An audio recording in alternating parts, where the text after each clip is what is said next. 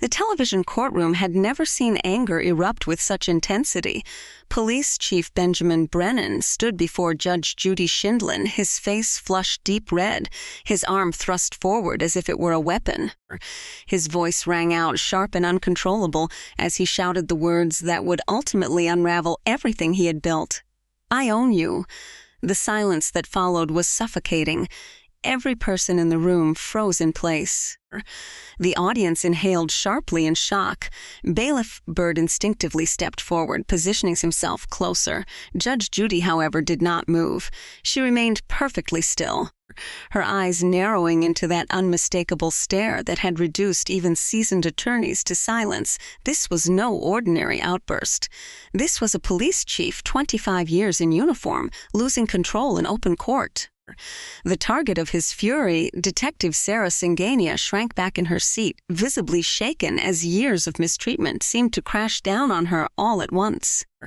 What followed would not only destroy Chief Brennan's career in the most public and humiliating way imaginable, but would also expose a long hidden pattern of abuse, corruption, and misconduct that had remained buried behind his badge.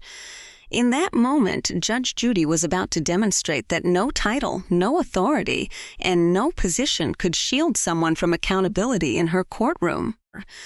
Chief Benjamin Brennan had entered the courtroom that morning with the confidence of a man who had never truly been challenged. At 52, with a quarter-century in law enforcement, he carried himself with authority. His uniform was immaculate, decorated with medals, his posture rigid and commanding. For 5 years, as head of Oakwood Police Department, he had ruled with absolute control, demanding loyalty and crushing opposition. Within his department, he was untouchable. City officials avoided crossing him. The mayor praised him publicly. Complaints filed against him had quietly disappeared. Brennan believed himself immune to consequences, and until that day, nothing had proven otherwise. When he looked at Judge Judy, he saw just another figure he believed he could dominate. He had no idea he was about to face someone entirely beyond his influence. Across from him sat Detective Sarah Singania. A stark contrast. At 34, she was the youngest detective in Oakwood's history, promoted through merit alone. Her record spoke for itself. 47 major cases solved, a 94% closure rate, and commendations for bravery. Yet none of that had mattered to Brennan. To him, she was simply someone who didn't belong. Sarah sat clutching a thick file, her hands trembling. Exhaustion showed in her face. As a single mother raising 2 young daughters, the months of legal struggle had pushed her to the edge. Her children didn't understand why their lives had changed so drastically, why small necessities had suddenly become luxuries. The conflict had begun 3 years earlier, the moment she earned her detective badge. Brennan had immediately discouraged her, suggesting she return to roles he deemed more appropriate. When she proved him wrong through her performance, his attitude hardened into hostility.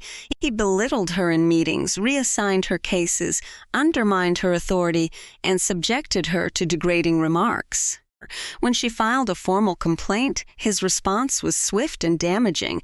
She was placed on leave, her pay reduced, and her credibility questioned. Internal investigations cleared him without proper review. Now, she stood in court fighting for her livelihood, seeking compensation for lost wages and emotional harm. Her final attempt to reclaim her career and stability for her children. Meanwhile, Brennan sat confidently beside his attorney, convinced he would prevail. He believed the system would protect him, as it always had. What he didn't realize was that Judge Judy had already examined every detail of his past and uncovered truths that would soon dismantle his defense entirely. As the case began, Judge Judy immediately sensed his attitude. He showed little respect, leaning casually, addressing her improperly. When questioned, Brennan dismissed the claims, framing them as exaggerations from someone unfit for the job. But when Sarah spoke, her composure strengthened. She presented evidence, mails, evaluations, witness accounts, painting a clear pattern of discrimination and retaliation. Judge Judy pressed Brennan, dissecting his explanations. His justifications weakened under scrutiny. When asked about his comments and actions, he deflected, growing increasingly defensive. The tension escalated with each exchange. Statistics revealed Sarah's exceptional performance, contradicting Brennan's claims. Witness testimonies supported her account. Still, Brennan resisted, his frustration building until it finally exploded.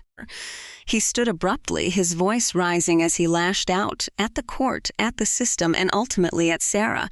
Then came the moment that changed everything. "I own you," he shouted. The courtroom fell into stunned disbelief. Sarah recoiled, visibly shaken. Bailiff Byrd moved swiftly to intervene. Judge Judy remained still for a moment, her silence more powerful than any reaction. When she finally spoke, her command was absolute. "Brennan,